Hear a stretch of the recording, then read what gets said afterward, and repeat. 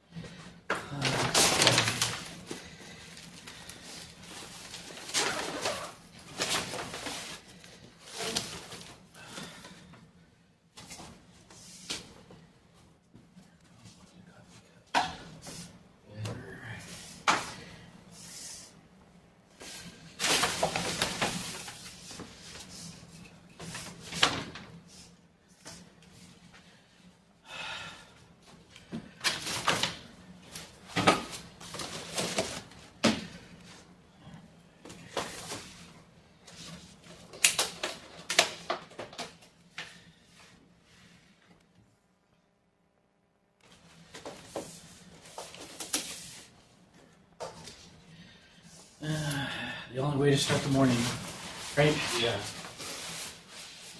Especially if you live in Seattle.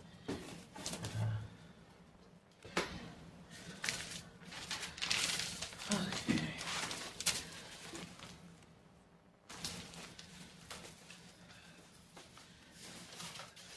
So I don't know if you guys want the bag. Yeah, I think so, because sometimes it's left over food and we have to transport it out of the building. All right.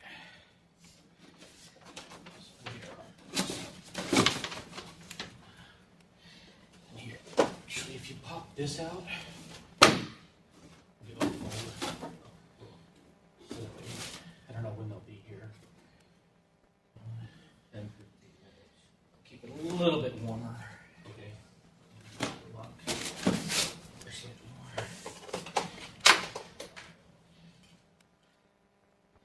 All right. Well, thank you.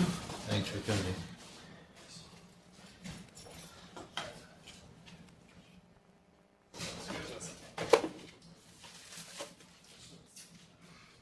Come in, gentlemen. Pretty close to the place. It was pretty reasonable right now. Oh, yeah? Oh, just take a look at it. 50. How much one? 150 Oh. or 160. I'll take a look. Yeah, AAA. It's right next to the Atlanta Conference Center. Yeah, I actually know where that is. I'll take a look. Morning. Morning, how's Morning. things, guys? You good? How's your collective research year going? Trials and tribulations. It's like you move ahead 2 and then you step back 1. In a nutshell, what have each of you doing? Who are you Both working doing a with? few. We're doing a few different projects. I'm working with Teal and doing similar to what Sydney did, looking at, she looked at mast cells in like EIB biopsies, and I'm doing eosinophils. He's a speaker this morning. He's a speaker, yeah. And then I'm working with Matt, writing a paper that Matt did with the pulmonologist from Children's about like gene expression and RSV and asthma. So, you're doing a few projects too, right? Yeah, I'm working with Matt, putting out a kind of just a case report. And then the rest of my research is with Troy. Looking at a carrier study of hyper IgM patients. Maybe a little bit more, but that one has been eating up a lot of time, so I don't know if we'll get to it. Not move ahead as fast as The research show is, I mean, a year is almost the minimum to accomplish anything. and yeah, and if a minimum if it's like set up and ready to go. Exactly.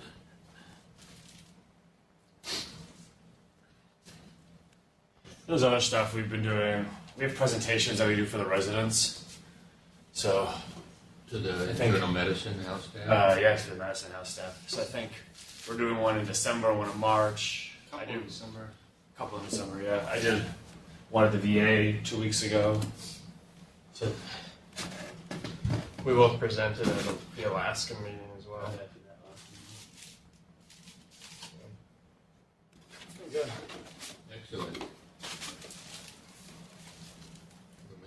presence is a specialty known almost too well. Yeah. Too many consoles to answer. Yeah, the U has become like crazy.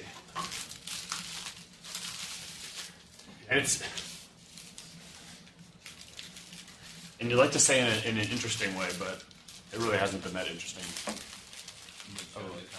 Yeah, it's like so many delayed rashes.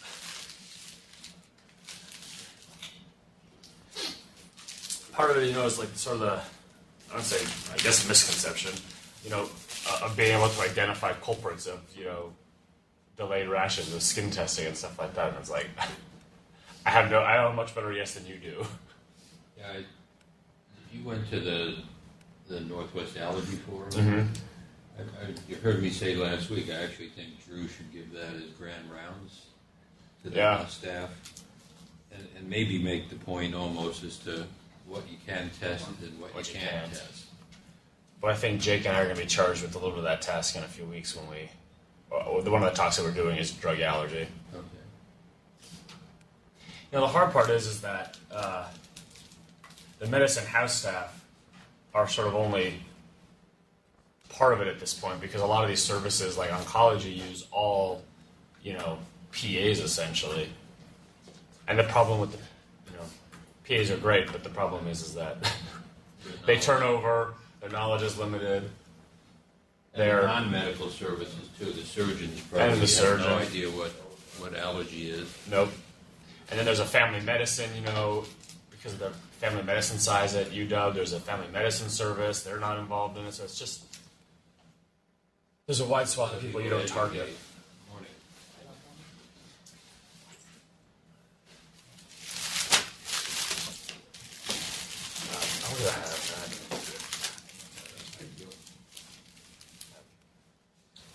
Do you have a copy of your talk? On my laptop. You want to use yours? Sure. Okay. It's a Mac. Is that going to pose a problem? It's a crapshoot, we'll see. Well, you don't have it. No. I got the copy sent out yesterday. That's a PDF, so you can't convert it back to a PowerPoint. A lot of the talks are too big to send out PowerPoint form.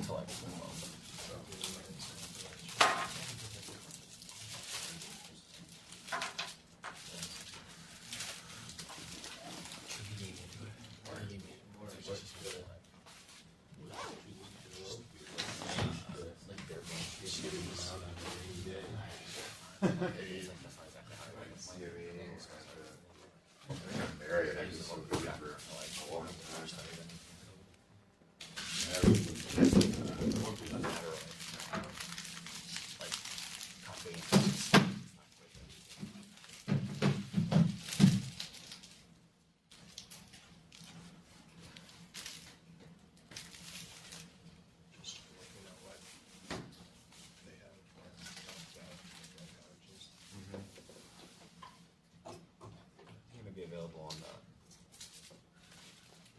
maybe on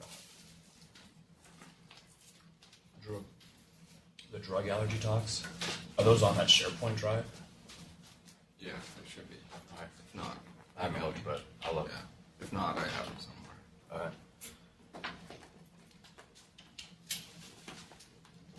So you guys are one of you and two, and Yeah. I think I do two of this somewhere. you're doing two. That's good. It's not on my Put them on the schedule. I don't know which one they're doing. Did they specify which ones? I have the day off on like 2 consecutive Mondays, so I assume I'm getting it back those days. All right. Yeah, I'll double check the dates. Too. They did it correctly. They email me, so I'll double check. All right. This is on my schedule, right? Yeah. It's like you're giving me so many half-day clinics that I'm like,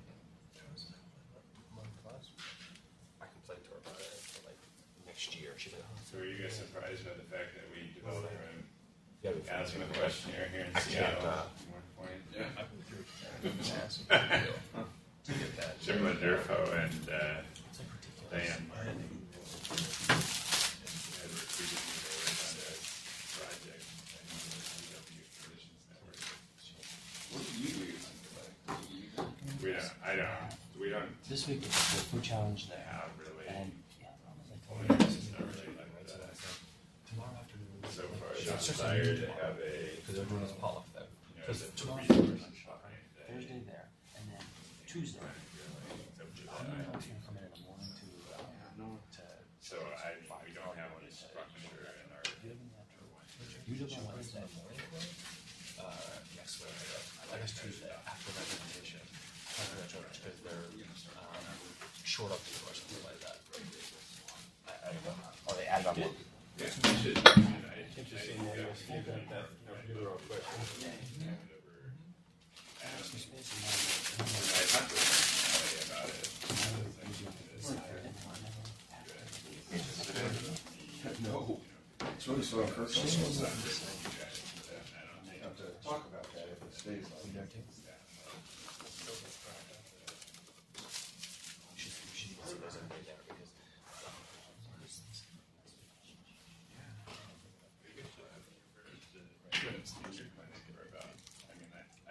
I talked to him about specifying how many times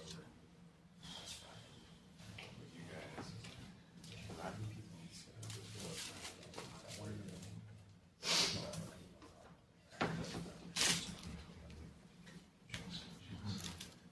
Human here for he's still here on faculty, or I think so. General internal medicine.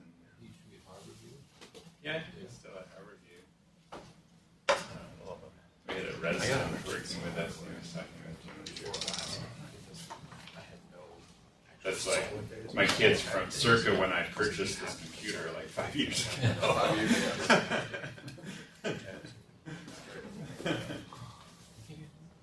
We have many trick-or-treaters? 20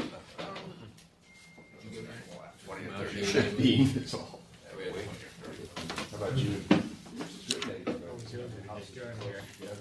wasn't home. Oh, you went home? Yeah, I didn't read that.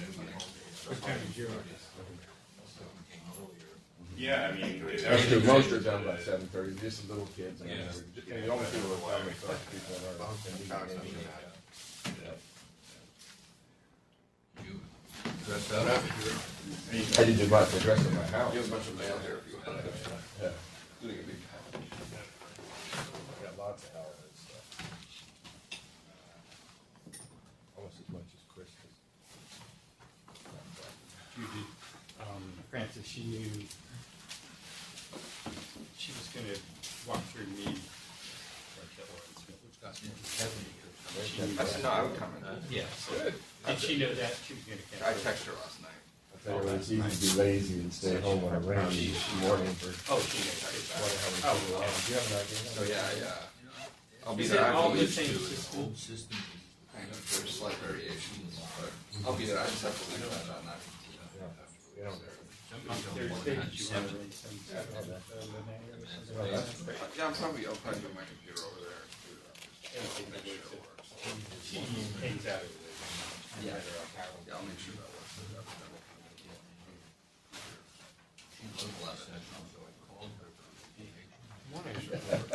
We had to get started on it.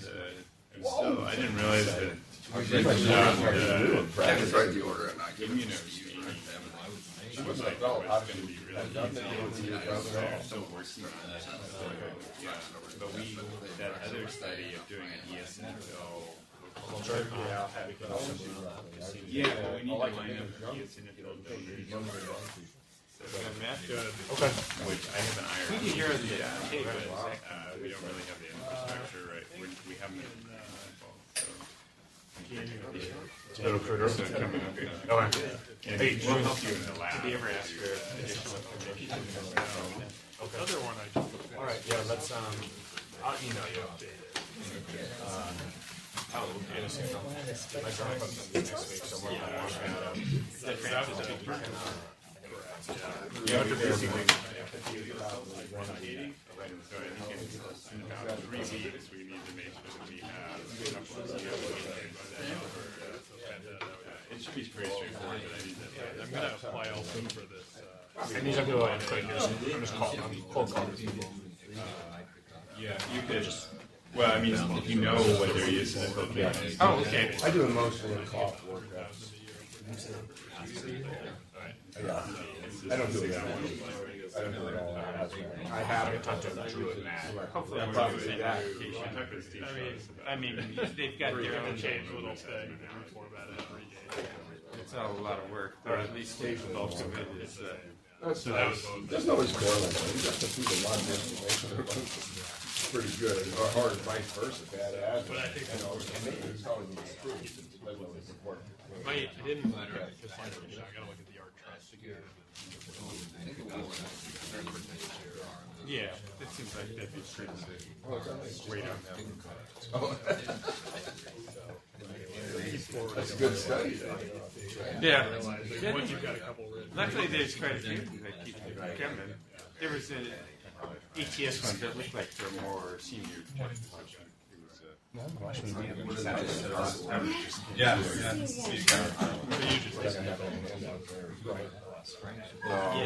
Right, man. Sometimes I'll get it, I'll pass it on. I'll see you. Oh, I was like, he might be having trouble. There's no timeline. So I don't understand.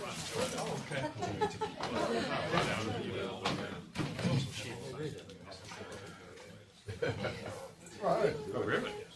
Because I know Teal was saying there's been a lot of Francis B. Parker work.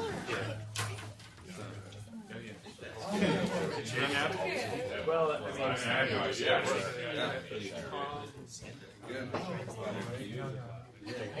Full knowledge of Mark.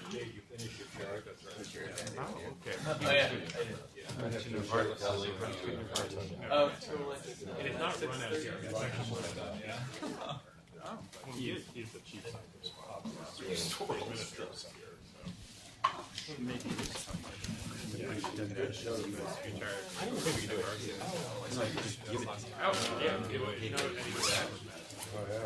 I'll be in. Come here. Yeah, Tom Martin in January. That'd be good. Is there going to be one in January? Yes. Is that first of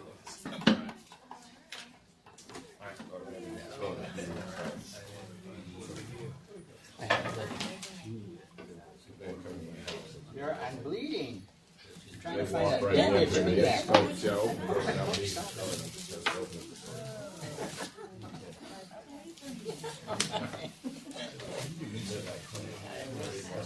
Wicked Witch to the west.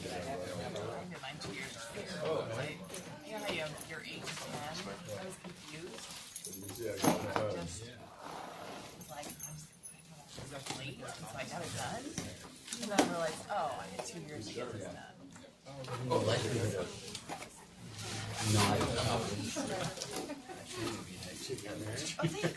But I just think,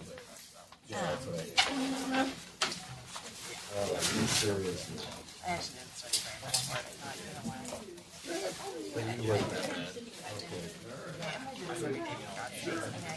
That's true. And I did but it's not like I've never been to Oh, I didn't get one. I don't pay that much, but Let's go ahead and get seated. I don't have any announcements. Anybody got any announcements today before we get started? Other than it's a miserable rainy morning. All right, so Teal, our colleague in Immunology and trainee of our fellows, is going to give us a talk this morning on bronchoprovocation testing. Word of the day is disorder.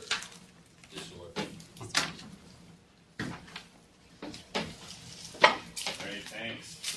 For Halloween last night, I wanted to report that my older son dressed up as a rock climber, something he does frequently, so it was an easy costume for him. Pretty funny.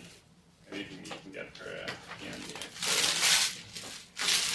My younger son dressed up as a basketball player, which he doesn't look anything like, so all right, I'm going to talk about bronchoprovocation testing, and I am well qualified to talk about this since I'm one of the people that wrote the new guidelines for bronchoprovocation testing, for direct bronchoprovocation testing. I'm actually the lead author on the Indirect bronchoprovocation testing guidelines coming out, and that was from the American Thoracic Society and the ERS combined. So there's actually a new document that'll be coming out. I have no commercial disclosures. We have research grants from NIH and from the Lung Association. In particular, we're now part of the ALA Airways Disease Centers, which is kind of a cool thing. So our goals are then to better understand the basis for tests used to diagnose asthma, to understand the role of bronchoprovocation testing in airways disease, to appreciate the difference between direct and indirect provocation testing, and I'll actually talk about the methods, since the methods are changing somewhat for those of you who do testing in your office. So I always like to start with this. This is the definition of asthma by the Heart, Lung, and Blood. That it's a common disorder that has three basic components: airflow obstruction, airway hyperresponsiveness, or bronchial hyperresponsiveness, kind of an older term. Most people would use airway hyperresponsiveness, and underlying inflammation. And these three basic factors are variable among subjects with asthma, and so you have a variable phenotype. So just to kind of get you thinking about this, here's her case presentation: 30-year-old female, history of allergic rhinitis and childhood eczema, intermittent cough and shortness of breath. Triggers include pet dander, exercise, URIs, but spirometry is normal and there's no bronchodilator response. So does this patient have asthma? What tests are you going to use to decide? Is this relevant? How often does this occur? We'll get to that in a minute. And of course, what therapy should be offered since you have a variable phenotype for asthma? So we're going to talk about spirometry testing, and mostly just as kind of a lead-in to understand bronchoprovocation testing. And I know this is a place in which we kind of intersect, right? Because you guys do a lot of spirometry testing in allergy practice. We actually talked about this because I'm also on the proficiency standards committee for our PFTs from the ATS, and we're talking about, like, we have the PFT lab manual, and well, there's all these pulmonary offices that do full pulmonary function testing, but it's in our opinion that it's probably completely dwarfed by the allergists that do spirometry testing, right? So even though you guys are not doing DLCO testing and lung volumes and stuff like that, you guys are doing spirometry in the office, something that we don't really track. And there's this whole idea that there'll be, proficiency standards, just like if you're testing your INR, for example, in the future. So more to come about that, I think. But I mean, spirometry testing in the office might come under more scrutiny in the future. Bronchoprovocation testing, what type, how do they vary, what the results mean, and how you perform them. So we're going to just start with spirometry, and this might be completely basic for everyone, but I thought I would just give you my quick overview of what causes airflow obstruction, how do you see it on a spirometer. So this is just a diagram of an old spirometer. This is kind of the way it used to be done with this kind of bell device that would measure volume. But of course, these days it's done with a pneumotac, which measures flow, and flow times time gives you volume. So, but of course, that volume is simply an indirect measurement of volume. It's based on flow. And what you're doing when you're doing spirometry is you're having someone take tidal breaths, and then you have them take a breath all the way into their total lung capacity, but you, of course, don't know where total lung capacity is because you're just measuring flow. And then you have them blow out, and they blow down to their residual volume down here. And again, you don't really know where residual volume is. But you do know these parameters, so you get your vital capacity and how much you blow out in the first second. And that gives you quite a bit of information. But these two parameters down here, the functional residual capacity, which is basically the resting position of the lung, and that's basically the lung elastic recoil balanced by the outward recoil of your ribs and muscles and so forth that give you that balance. in your residual volume, which is further kind of driven by whether or not you have air trapping present. And so although you're seeing a lot of information, you're seeing it kind of indirectly when you're looking at spirometry. So the easiest way to think about airflow when you're doing spirometry is to think about it in a two-component model, with the two basic components are lung elastic recoil, so it's like a balloon.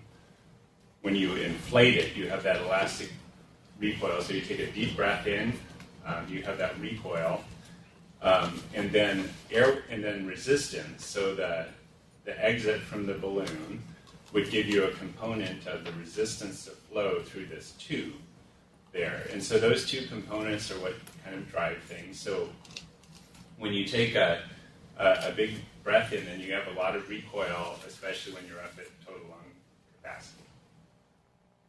So that resistance term is really important because that's the one. Both of those things kind of vary over time when you take a breath, but that resistance is described by this law, which is airway resistance is proportionate to the inverse of the ratio cubed, or the radius cubed. So really, this resistance is the radius, length, and the viscosity of this substance, which of course is air. But the radius cubed is by far the dominant term for airway resistance. And so in asthma, the airway wall is quite abnormal, and it really is what drives this difference. And it's also the reason why things like bronchoprovocation testing really brings out this difference. So if you look at a normal airway, you have kind of a epithelial layer that doesn't have a lot of mucus-producing cells, as you see here in the asthmatic airway. A really big factor is actually the thickening of the basal lamina, or lamina reticularis predominantly. And you can see how much thicker that is from someone with asthma as compared to someone who doesn't have asthma. And then there's a number of alterations of the submucosa, such as airway smooth muscle, as shown there. And then, of course, there's also luminal occlusion with things like mucus. And so all of those things contribute to airflow obstruction. Smooth muscle contraction is actually not necessarily the dominant component of that. It's one of a number of different components.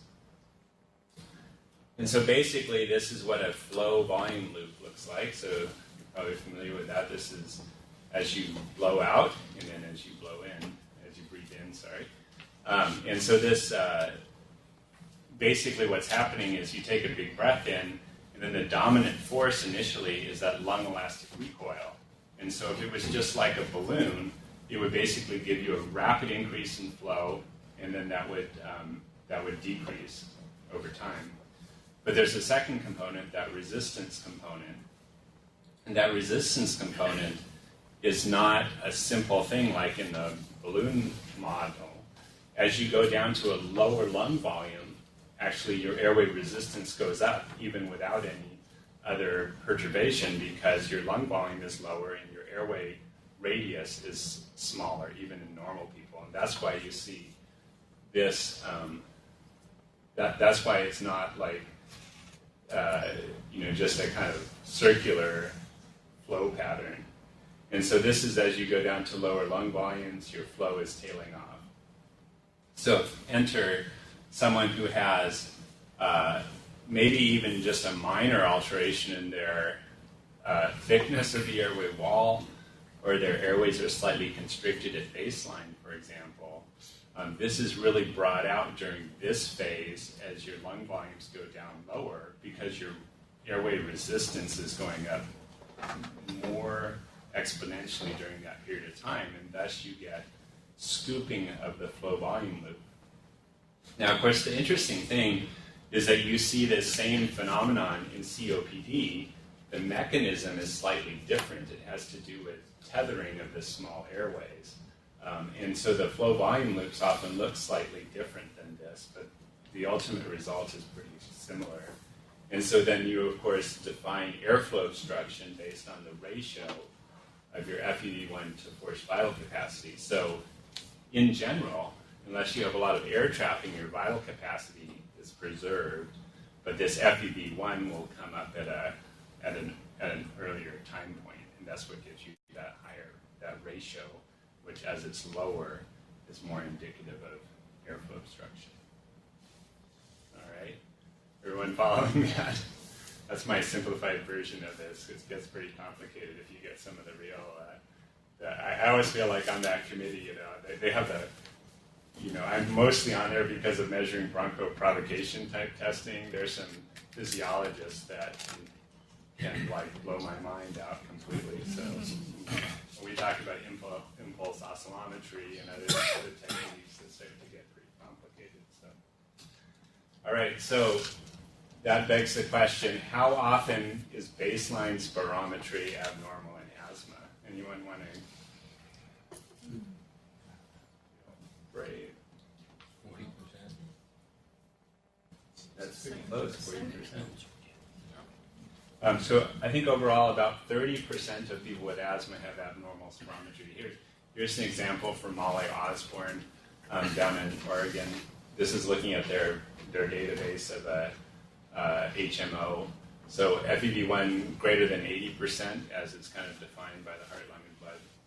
You can see that most, especially young people, had normal spirometry, the vast majority. As you got into middle age groups, it was lower, but this group actually didn't really exclude smokers. So I think that, but I would say overall, if you look at quite a few studies, about 30% of people have abnormal baseline spirometry. So that question that we faced on the first example is extraordinarily common, right? That you have someone who has these symptoms and they have normal spirometry. Well, how about then bronchodilator response? Maybe that will help. So bronchodilator response really is actually also not that helpful. It's true that if you have a large bronchodilator response, that idea of a 12% improvement in your FEV1 in the right setting is pretty specific for asthma if they don't have COPD, for example, or don't have other disorders. However, the likelihood that someone who has, say, mild asthma in normal pulmonary function studies has a bronchodilator response is extremely low. So it doesn't rule out asthma, and the lack of a bronchodilator response doesn't confirm COPD. It's not predictive of a response to inhaled steroids. And a bronchodilator response is actually very common in COPD, for example, in the Uplift trial, which was Spiriva for COPD, 54% of the COPDers had positive bronchodilator response. So I thought my friend David Kaminsky from Vermont had sent me this slide at one point. This is pretty, just to kind of remind you of what I was talking about at first. So here's a 38-year-old non-smoker, dyspnea on exertion, especially in cold air. David in Vermont there with Charlie Irvin and Jason Bates and those guys that are all super spirometry experts. And so here's the lung function at baseline. It's normal. After a bronchodilator response, no bronchodilator response. And here's the two curves. Pre-bronchodilator, post-bronchodilator. So if you measured all of those parameters, looking at your FRC and total lung capacity and so forth, you can actually see what happened was your FRC and your residual volume dropped. So the amount of air trapping dropped was what the predominant finding was. And so what you basically have is what's called an isovolume shift. So the flow at any particular volume is increased, demonstrating that actually your airway resistance is markedly improved by a bronchodilator, and that's shown here. So you can also measure, this is called specific airway conductance. You can measure that directly with lung volumes, and the airway conductance is actually more than 100% improved with a bronchodilator. So if you don't see a bronchodilator response, you have to be aware that some people are actually having a bronchodilator response. You simply don't see it with spirometry. And Charlie Irvin is the senior author on this paper, which described that if you look at these sorts of parameters, something like 20 or so percent of people with no bronchodilator response, if you look more carefully, will have a response to bronchodilators. Could you reliably pick that up by looking at the flow volume curves, or are the instruments we use to it? You would have to measure lung volumes to pick that up. Or you could measure airway resistance either using plethysmography or using impulse oscillometry to pick those things up. So we're not going to get that out of routine spirometry. Yeah, exactly. You won't.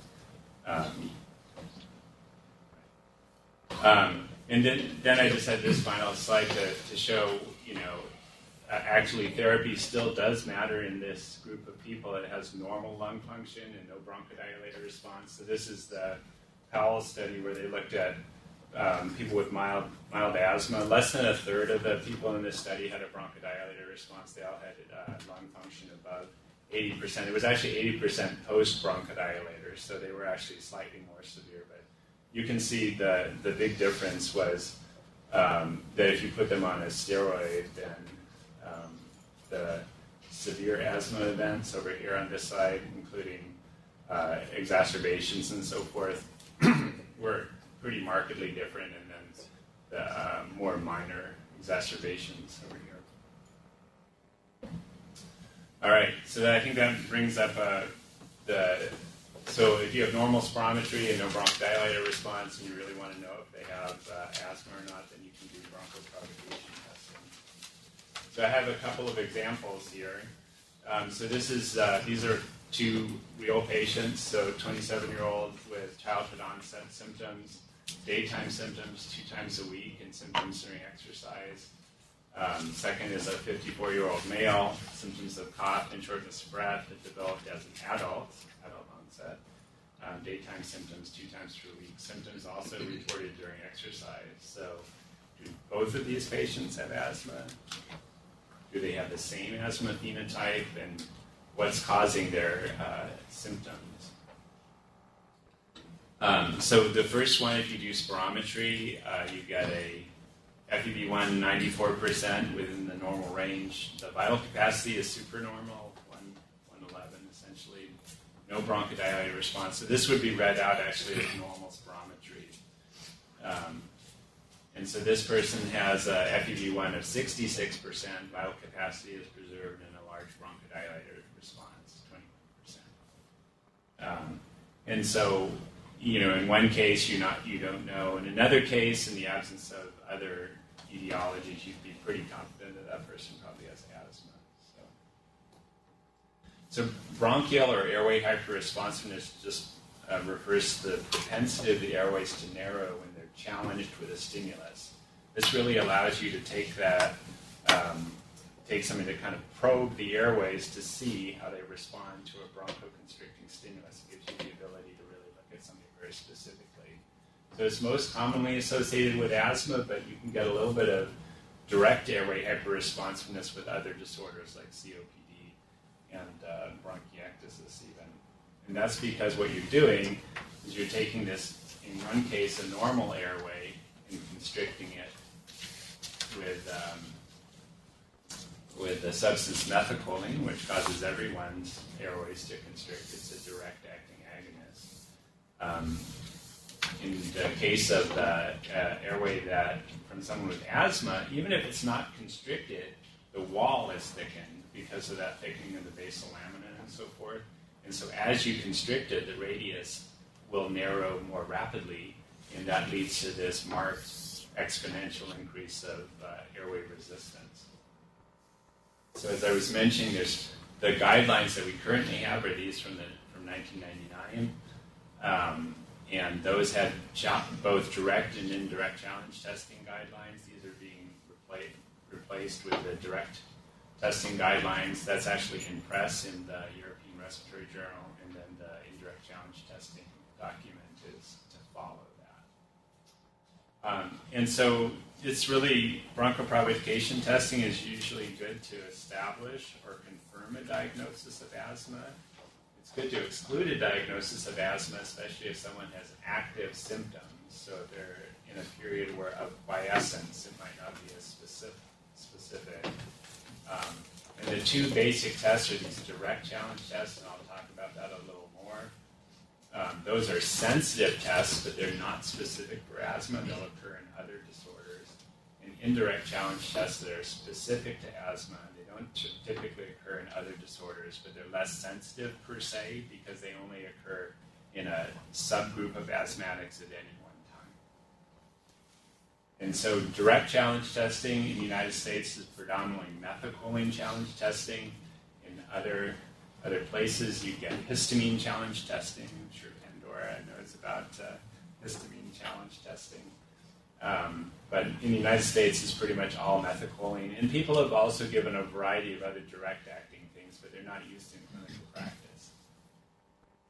Indirect challenge testing includes things like exercise, eucapnic voluntary hyperpnea testing, cold air challenge, hypertonic and hypotonic aerosols. Hypotonic aerosols are not really used anymore.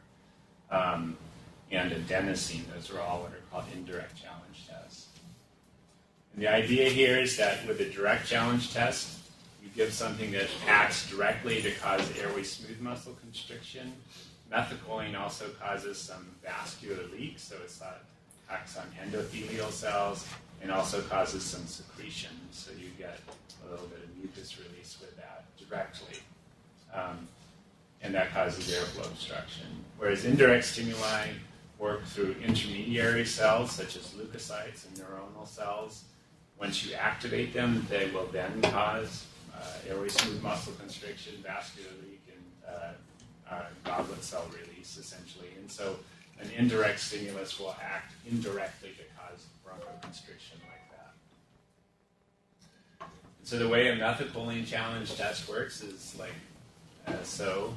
You see, so this is originally reported by Reed, 1965, and they basically gave a pretty large dose of methacholine, a couple of different doses, and they showed that asthmatics bronchoconstricted more than the non-asthmatics. But that's not how current tests are done, as you probably know. You do a graded challenge test with methacholine where you basically give nebulized methacholine at an increasing series of doses, either through a nebulizer or through a dosimeter. And so a normal person, for example, at each of these, and then you do spirometry at each dose step, and then what you're measuring is the dose at which it takes to give you a 20% drop in your lung function, like that. And so then you do, so that's a normal person, despite the fact that they had this 20-some% drop at 16. So I was shocked when I came on service, and the other attending, when I first was at one of our very junior attendings coming on, read out one of the methacholine challenges in our lab as severe bronchoconstriction at a dose of. So it's not that you bronchoconstrict with methacholine. It's that it's really the dose of methacholine that distinguishes the two. So this is from an asthmatic subject. Then you're giving these increasing doses, and then as you get to a certain dose, you'll have more than a 20% drop. The PC20 there, for example, is 0.3, and that's the main readout, whereas here the PC20 is 13.5, and that's calculated based on the two concentrations surrounding the drop of 20% and the actual FEV1 at those two time points that gives you the PC20. Right? And so this is normal, this is abnormal, and it's that dose that causes bronchoconstriction. So what is the PC20 that's usually considered the cutoff? Yeah, You'll get that. that's a great. I'll talk about the cutoffs in just a minute. So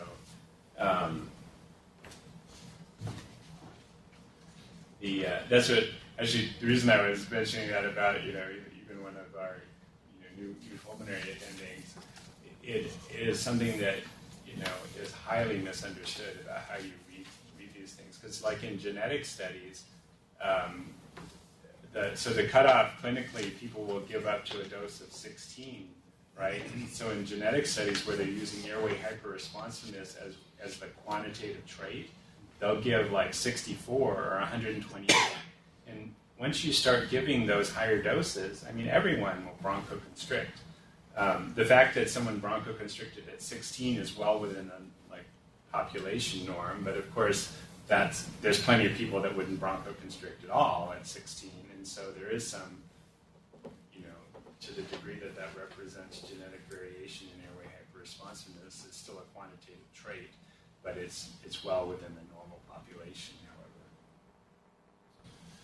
however. So as further evidence that this in fact is an index of airway smooth muscle contraction directly, was this study from Prescott Woodruff and colleagues, and they did design-based stereology, something we do here at the UW, looking, and so this is airway biopsies in people with asthma, and they looked at a group of people that were healthy controls and these mild asthmatics who had normal lung function but had a positive methicillin challenge. And what they showed is that what's called the volume fraction of airway smooth muscle was higher in this group, and they just basically were just different in that they had a positive methicillin challenge. So you're comparing that result with an actual biopsy?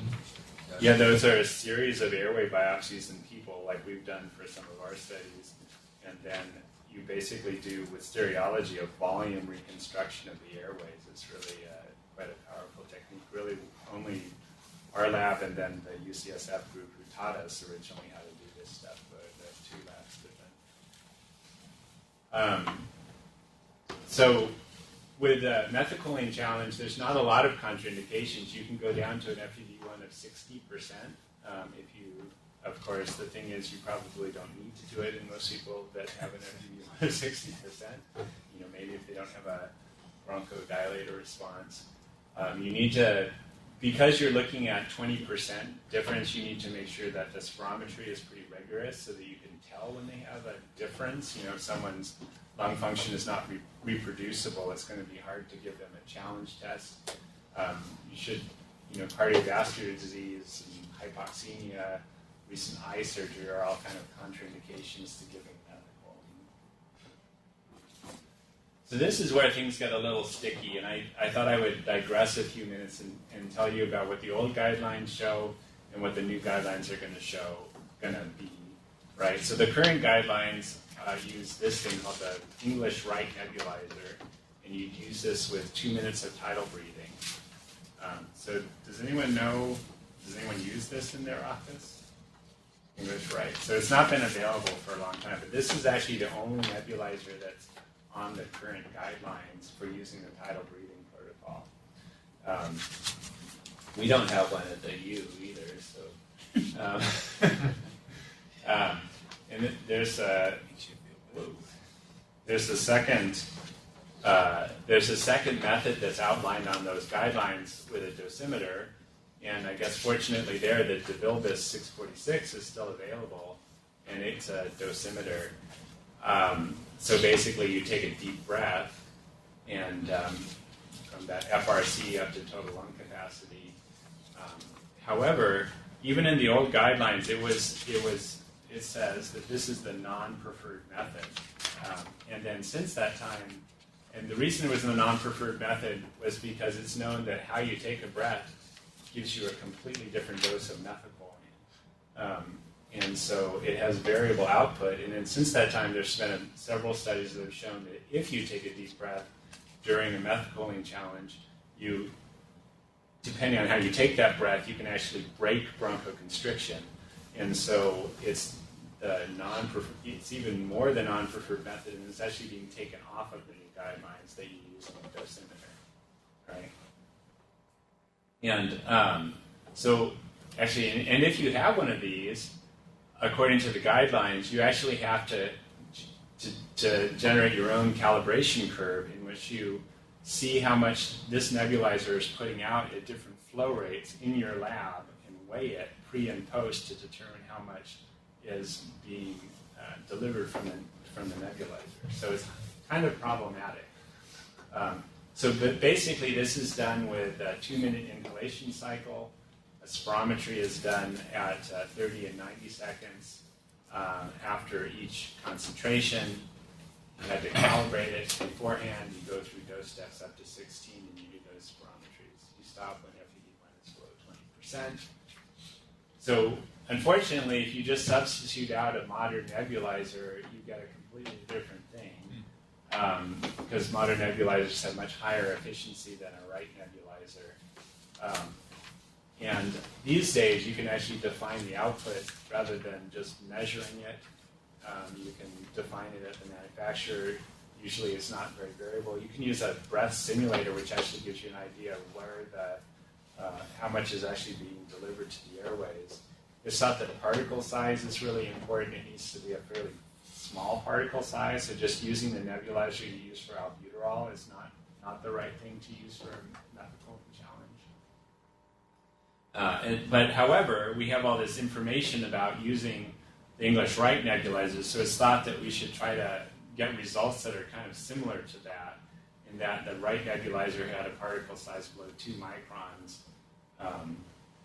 and that we probably should use a inhalation period that's comparable, right, which was 2 minutes. And so the only one that's really been studied so far, and the guidelines are going to be generic, the idea that manufacturers can take their nebulizer if they fit the criteria that we have and can generate a dosing schedule for you. But this one's been studied by Ellen Coates. This is the Aero Eclipse. So the aerosol is only created during inspiration, which is good because your techs don't like breathing the methacholine, right? And this is 0.76 micron by laser diffusion. They defined the output by a breath simulator. And when they did that, they noted that in 12 seconds, they get the same delivery of methacholine that the English right did in 2 minutes. And so they developed a protocol which they thought that 12 seconds, if you're doing tidal breathing, is too variable because you're just taking a couple breaths. So they went to 20 seconds rather than 12 seconds and compared this to the English right for 2 minutes at each dose step. And you're also shortening the total period of the challenge test. And so it, as you might expect, actually lowered the PC20. So that's based on your concentration dose steps. So this is the same kid with the right nebulizer and the Aero Eclipse. And so it would give you a completely different result. Even trying to go down to a 20-second period like that. And it's thought that there was a little bit of a cumulative dose effect, and so there was some debate as to whether or not you're going to use cumulative dose or just those final 2 doses as we do currently. So the big thing is that if you do concentration PC20, this is what happens overall, that you get this dose shift. But if you convert it to PD20, the dose that was delivered under each of those steps, then you actually get the same result. So converting it to a dose rather than a concentration appears to be the result that will make this more flexible to be used with multiple nebulizers. So, for example, here, if you use the PC20 of 8 as your normal cutoff, then you'd have quite a few kids that would drift to being positive from negative. Whereas if you do it as PD20, the same cutoffs and total dose, then there's not really this drift across the cutoff line. And so, as Matt was alluding to, then the way this is interpreted is in kind of a pseudo-Bayesian analysis, I would say. I have to be careful if there's real statisticians in the audience, but that basically a series of curves that represent the final dose, right? And so basically, based on your pre-test probability, you modify what your post-test probability is. And so if it's 1 or less, then you markedly shift your post-test probability over. If it's 4, it has some shift, but if it's 8, it's completely neutral. And so most people will say that 4 and below is definitely a positive methacholine challenge. 1 and below represents very significant airway hyperresponsiveness. between 4 and 16, it's really dependent on what your pretest probability is as far as whether or not you have asthma. So the same thing will be true of PE20, and this is what will appear in the new guidelines, that this PE20 of 25 would be high, 100 is moderate, 200 is neutral, and 400 will actually go against having asthma. So that's why on that initial example, that person with that dropped close to 16 doesn't have asthma there, well within the population norm. So if we then integrate this result into our first two patients, this person has a methylcholine PC20 of 0.22, confirming that they have asthma. The second patient, although you probably already knew that they had asthma, has a PC20 of 0.25. In general, direct challenge tests are sensitive. General method for assessing airway hyperresponsiveness. It's not specific for asthma. There's these new methods that are being developed. So with the new guidelines, you'll essentially have to develop a series of concentrations to be used for your specific nebulizer and then convert it into the dose at each dose step. And of course, the reality is we need population-based studies to really understand how discriminant they are. So does this mean that most people doing this in ambulatory practice and not using these devices are doing it wrong? Yes.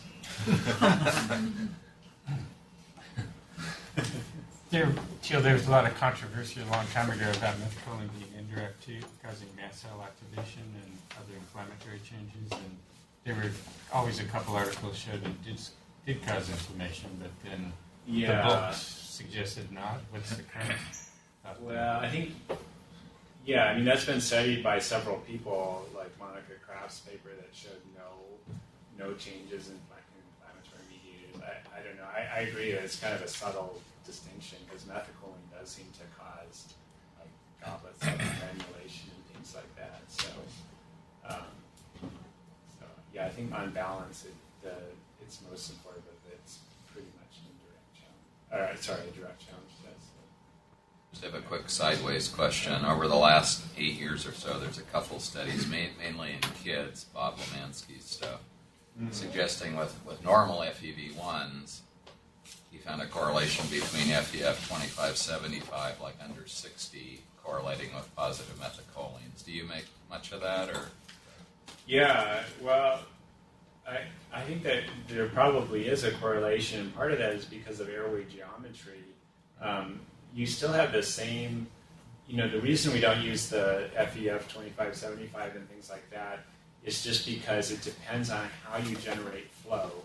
So that where that's measured can vary quite a bit. So there's too much of a variation in standard deviation, and so I don't think it really hasn't fully been validated that but airway geometry, to the degree that in some people that's reflecting altered airway geometry, if you start with peripheral airways that are smaller, for example, then that relationship, once you constrict things, will be pretty different.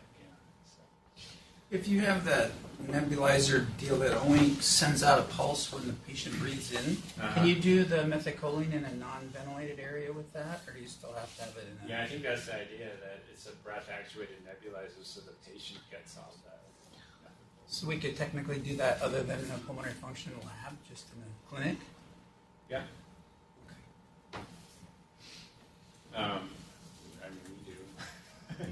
We do. To clarifying your cutoff, what do you use for a cutoff then? Do you use 4 or do you use 8? We say methylcholine of PC20 below 4 is positive. Because yesterday we had a patient, 23% drop at 8, and it was, she was just had asymptomatic except for like cigarette smoke exposure cause chest tightening. And I looked at all those yesterday. The 1999 guidelines, right? And then up to date, just talking about 8 as your cutoff. So, Well, I mean, the big thing I would say is between 4 and 16, it's all based on your pre-test probabilities. So that's why it's,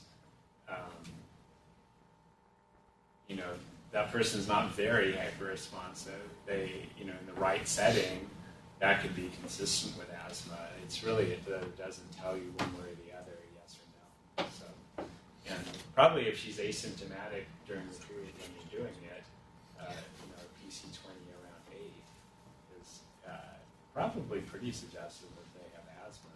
So This is a little tangential to that, but is exhaled nitric oxide a helpful surrogate for this to make a diagnosis without doing a challenge? Is there any correlation? No. Well, there's correlations. High exhaled nitric oxide, for example, in people that have positive indirect challenge tests. But as far as a population-based discriminant value, exhaled nitric oxide does not perform very well that way because there's too much overlap between the normal population. And so it's not very good as a screening test like that. It might be good to help you understand if someone's going to be steroid responsive or within an individual case whether or not they're taking their steroid, for example. But there's also in the severe asthma population, there's this whole group of people that have very low exhaled nitric oxide and have severe asthma, for example. So there's just a lot of heterogeneity. So it's not a good diagnostic test. So I'm going to try to run through the indirect challenge test in the last little bit here. And so in general, this is thought to be you're stimulating the release of mediators, so that's a higher specificity for asthma, but it's less sensitive. So it's helpful to confirm a diagnosis. It's also useful biologically, really, to monitor the response to treatment. It's also very helpful in research, for example, and to evaluate a specific stimulus. So this is a dry air bronchoprovocation test in the lab. So basically, you have this period of exercise, vigorous exercise that gets your what's called your minute ventilation up really high to get to a threshold. Oftentimes, people will bronchodilate initially, and then will bronchoconstrict. Following that, this is hyperpolarized helium images of someone with exercise-induced bronchoconstriction, showing that you're getting airway closure. So some airways are closing entirely, something that's very complicated to measure spirometrically because you lose lung volume once you close the airways. Just a call out to why this tells you a lot about the underlying biology of asthma from our studies. So these are two asthma groups that have a positive methacholine. They're both way positive, but one group doesn't respond to exercise and the other group does. We measured mast cells in the airway epithelium using design-based stereology, and what you can see is that the group that bronchoconstricts with exercise right here has about 3 times as many mast cells in their airway epithelium as the negative controls that have a very positive methacholine challenge.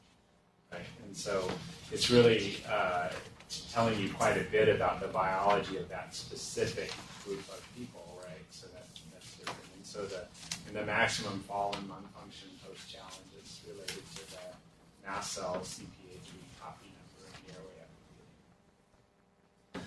So we usually think of this as, so in asthma, you should have a positive methacholine challenge, but within that group, then only some people will have indirect airway hyperresponsiveness. The kind of prototypical one is exercise-induced bronchoconstriction. If they have a negative methacholine challenge, you should mostly be thinking about an alternative diagnosis, such as inducible laryngeal obstruction or vocal cord dysfunction. The other way that this gets viewed is really in the athlete population, where people are screening for EIB because of its importance to those people.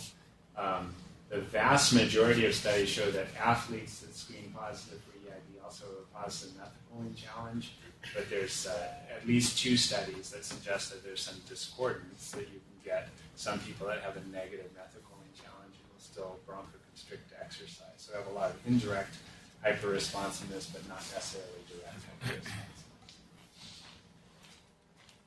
So these tests, as I noted, can be done on exercise with eucapnic voluntary hyperpnea, cold air, and surrogate challenge testing. So this is a quick safety consideration. So rather than giving a graded dose, here you're giving the maximum stimulus at the onset, right? So this can cause severe bronchoconstriction. The lab should be set up for that. And you shouldn't do this in people with lung function with an FEV1 below 75% or low saturation at baseline.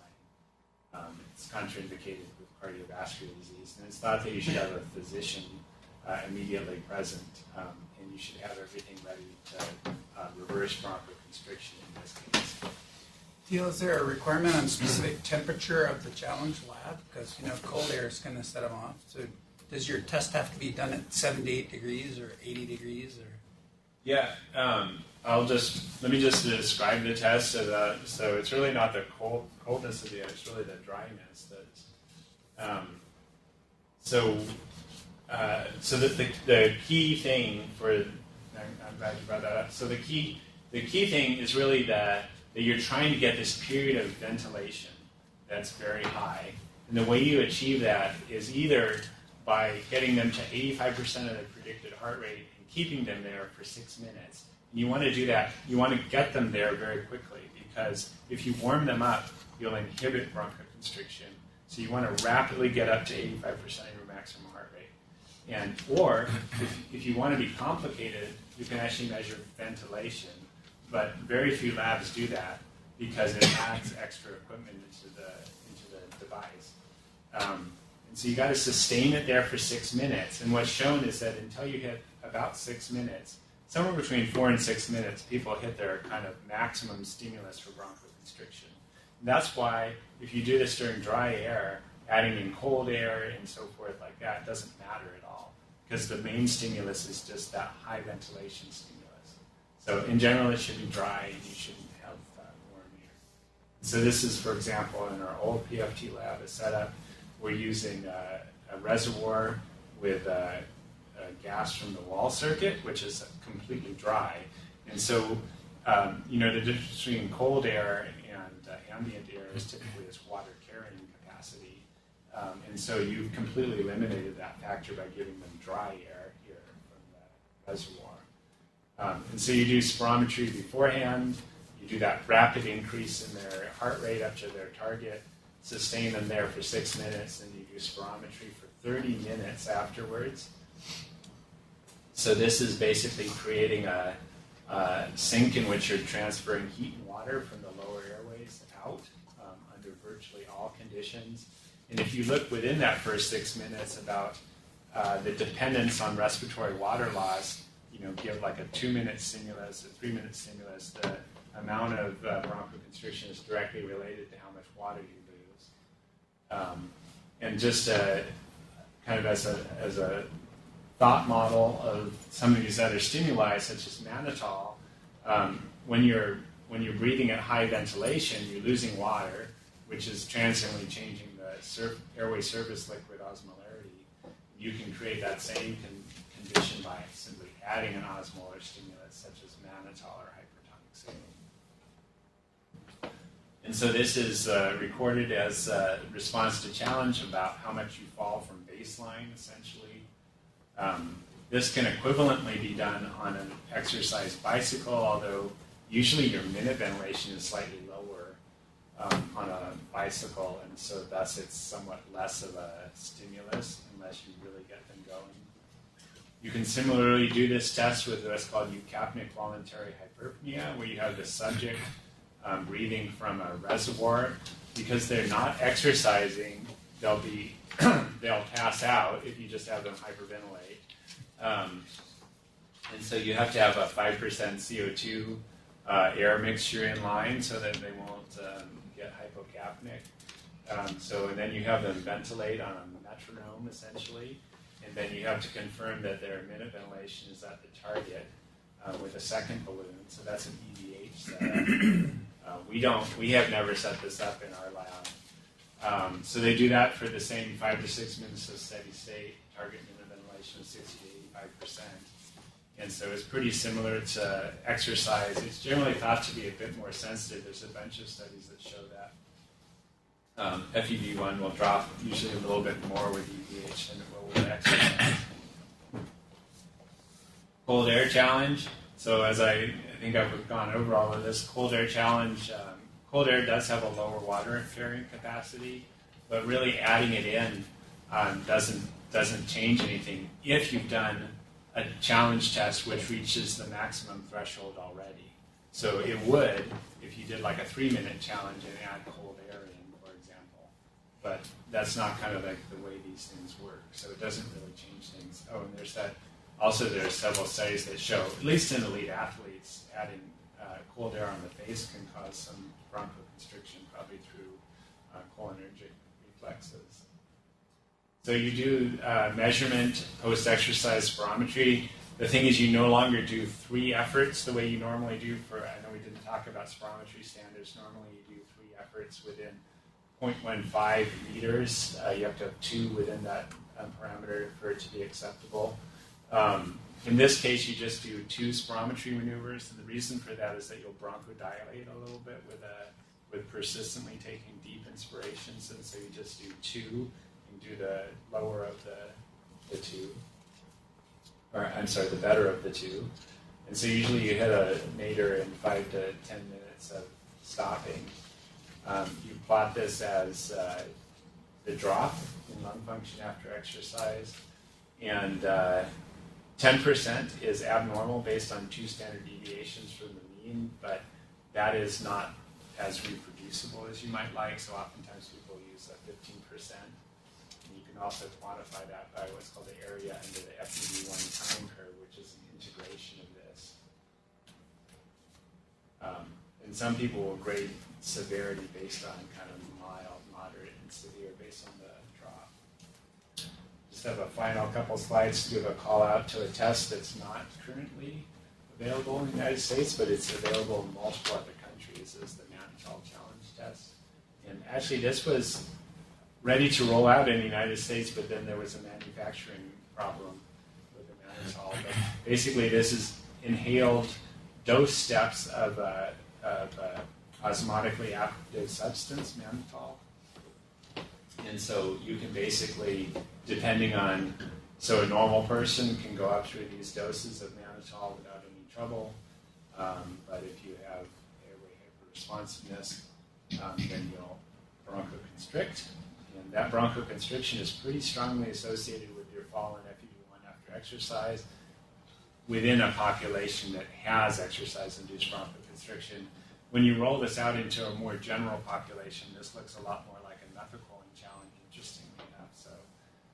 So I think more needs to be done on that. But it would be a simple test. It's a simple graded test to do indirect challenge testing in the office.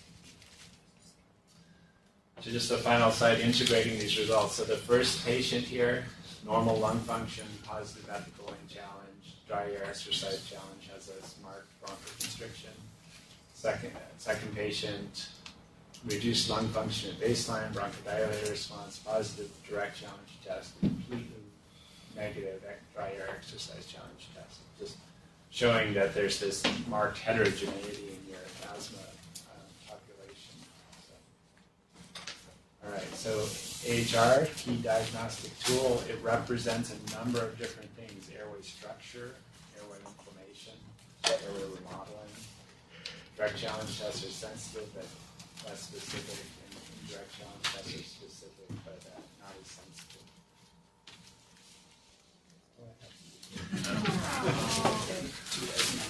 So you say indirect tests are specific, they're specific. That person's phenotype of asthma, what is for those ones? Yeah, well, it's specific in that it doesn't occur in other disorders.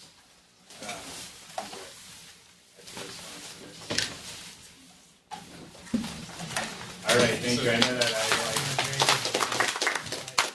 you guys got me to give you the full expanded version of spirometry. Gosh, I'm behind it. I think you got the biggest turnout of the year.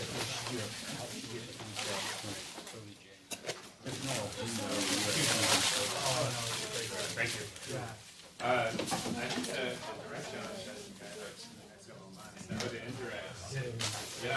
Yeah,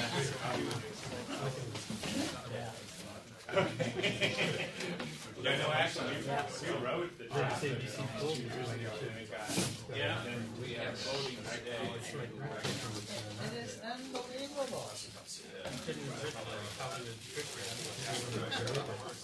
Yeah, well, I mean, the dry air challenge test is pretty well outlined. Yeah. So yeah, sorry, that one thing. Maybe I just. Yeah, it also has the. Very good.